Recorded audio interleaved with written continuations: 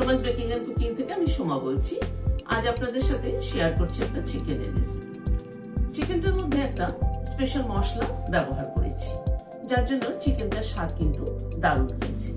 এটা কিন্তু pulao, fried rice এগুলোর সাথেই বেশি ভালো যাবে। চিকেনটার সাথে কি কি মশলা ব্যবহার করলাম চলুন তাহলে দেখতে থাকি। চিকেনে দেওয়ার জন্য একটা মশলা তৈরি করছি। গ্যাসে তাওয়া বসিয়েছি, তাওয়াটাকে গরম করে নিয়েছি। আগে 6টা এলাচ দিলাম, একটা জাবিত্রী দিলাম, একটা দারচিনির টুকরো দিলাম, একটা জায়ফলের 4 ভাগের 1 ভাগ দিলাম, 7-8টা গোলমরিচ দিলাম, একটা বড় এলাচের দানাটা খুলে দানাটা দিলাম। সবগুলোকে একটু হালকা করে ড্রাই রোস্ট করে নিচ্ছি।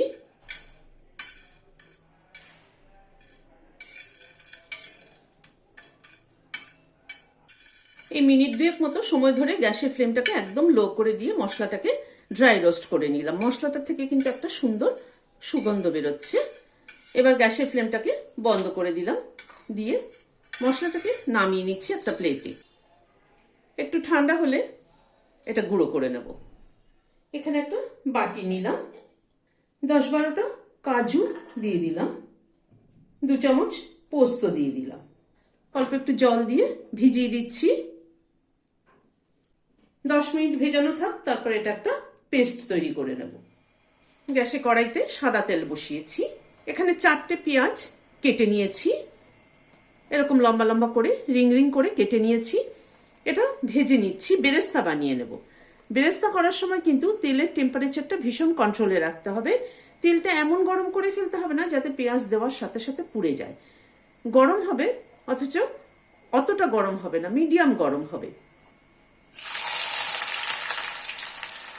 পেঁয়াজটা দিয়ে দিচ্ছি। এখানে আমি পুরো পেঁয়াজটা একসাথে দিলাম না, কারণ পুরো পেঁয়াজটা একসাথে হবে না। তেলের টেম্পারেচারটাকে বাড়িয়ে কমিয়ে পেঁয়াজটাকে ভাজতে হবে। কিন্তু যদি দেখা যায় খুব বেশি গরম হয়ে গেছে, তাহলে কিন্তু তখন কমিয়ে দিতে হবে। আর যদি দেখা যায় যে কম গরম হয়েছে, তখন বাড়িয়ে দিতে হবে। পেঁয়াজটা কিন্তু প্রায় হয়ে এসছে। প্রায় মিনিট 3-4 সময় ধরে পেঁয়াজটাকে ভাজলাম। পেঁয়াজটা কিন্তু লাল হয়ে এসছে। এই অবস্থায় পেঁয়াজটা তুলে ফেলতে হবে, তা না হয়তো কিন্তু পেঁয়াজটা পুড়ে যাবে। একটু চেপে তেলটা ফেলে দিলাম। একটা প্লেটে টিস্যু নিয়েছি, তার উপরে পেঁয়াজটাকে দিয়ে একটু ছড়িয়ে দিচ্ছি। বাদ বাকি পেঁয়াজটা আবার দিয়ে দিচ্ছি। একইভাবে পরবর্তী পেঁয়াজটাও তুলে নিচ্ছি। এই পেঁয়াজটাও ঢেলে দিলাম, দিয়ে একটু ছড়িয়ে দিচ্ছি। ঠান্ডা হলে এটা মিক্সিতে একটা পেস্ট তৈরি করে নিচ্ছি। এখানে 1 কিলো 250 চিকেন নিয়েছি। চিকেনটাকে ভালো করে ধুয়ে পরিষ্কার করে নিয়েছি। 1 চামচ নুন ছড়িয়ে দিলাম। নুনটা ভালো করে মাখিয়ে নিচ্ছি চিকেনের গায়ে।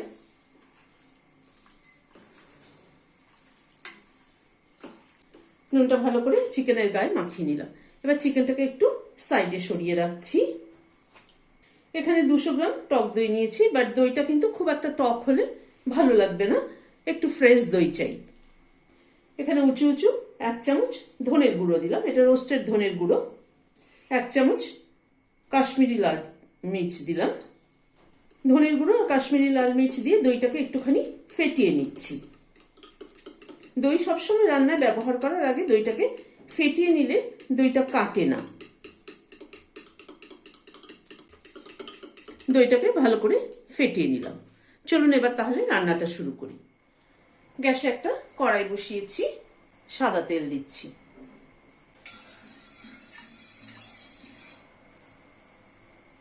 তেলটা গরম হওয়ার পরে চিকেনগুলো দিয়ে দিচ্ছি।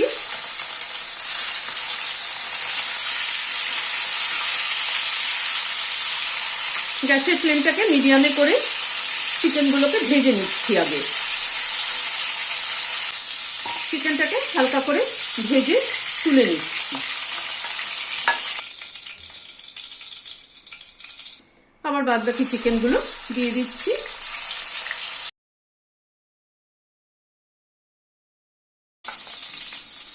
সব চিকেনগুলোকে ভেজে নিলাম। ওই তেলে চিকেন ভেজে তুলে নেওয়ার পর যে তেলটা আছে তাতে এখানে পেঁয়াজ বেরেস্তা করেছি, করার পরে যে তেলটা আছে সেই তেলটা মিশিয়ে দিলাম। 1 চামচ ঘি দিলাম। প্রথমে একটা বড় এলাচের দানাটা দিয়ে দিলাম, 2টো দারচিনির টুকরো দিলাম ছোট ছোট, 2টো এলাচ মাথাটা ফাটিয়ে দিলাম, 2টো তেজপাতা দিয়ে দিলাম, কয়েকটা গোলমরিচের দানা দিলাম। ফোড়নটাকে ভালো করে ক্র্যাক করিয়ে নেব। গ্যাসের ফ্লেমটাকে একদম কম রেখেছি যাতে ফোড়নের সুগন্ধটা পুরো আসে। এখানে 1 চামচ উঁচু উঁচু রসুন বাটা দিলাম,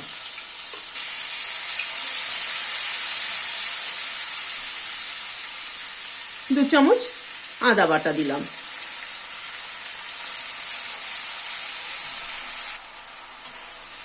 আদা রসুনটাকে আগে একটু ভেজে নিচ্ছি। এখানে 7-8টা কাঁচা লঙ্কা বেটে নিয়েছি, সেটা দিয়ে দিলাম। আমি কাঁচা লঙ্কার ঝালটা প্রেফার করি বলে কাঁচা লঙ্কা দিলাম। আপনারা চাইলে এখানে লাল লঙ্কার গুঁড়ো দিতে পারেন, মানে যেটা ঝাল লাল লঙ্কার গুঁড়ো আর কি। আদা রসুন কাঁচা লঙ্কাকে একটুখানি ভেজে নিচ্ছি আগে।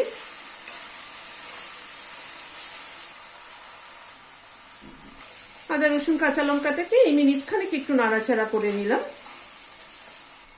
এবার দইটা যেটা ফেটিয়ে রেখেছিলাম সেটা দিয়ে দিলাম। গ্যাসের ফ্লেমটাকে কিন্তু একদম কম করে দিয়েছি, তা না হয়তো দই কেটে যাবে। দিয়ে সমানে নাড়তে হবে।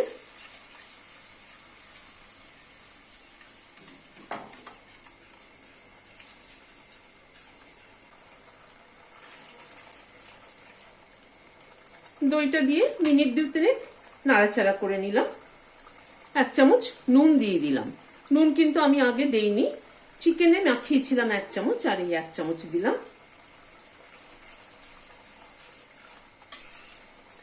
এবার বেরেস্তাটা যেটা ভেজে রেখেছিলাম সেটা মিক্সিতে দিয়ে পেস্ট করে নিয়েছি, সেটা দিয়ে দিলাম।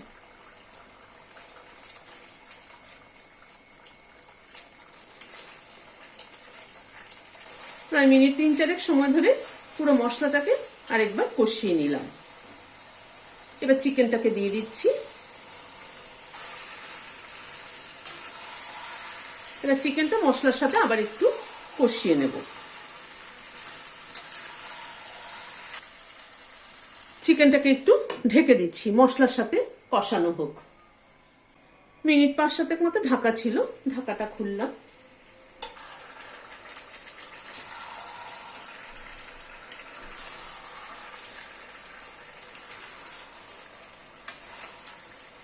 এবার কাজু আর পোস্তটা যেটা বেটে রেখেছিলাম সেটা দিয়ে দিচ্ছি।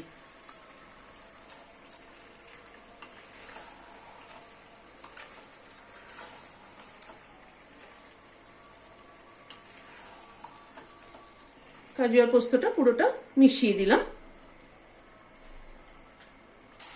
কাজু আর পোস্তটা দিয়ে আবার মিনিট 2-3 একটু কষিয়ে নিলাম।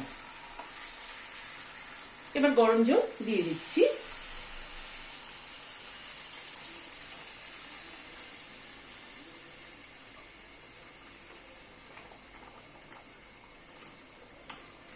এটা কিন্তু একটু মাখো মাখো গ্রেভি হবে,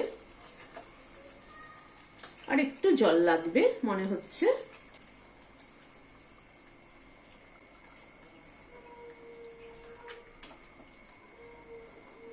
আবার একটু ঢেকে দিচ্ছি।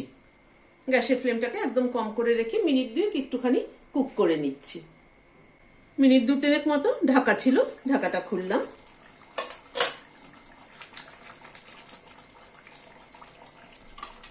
হাফ চামচ চিনি দিয়ে দিলাম। নুন মিষ্টিটা নিজেদের পছন্দ অনুযায়ী দেবেন, তবে একটুখানি চিনি দিলে পরে হয় কি নুন মিষ্টির ব্যালেন্সটা একটা ঠিক হয়, তাতে খেতে কিন্তু টেস্ট হয়।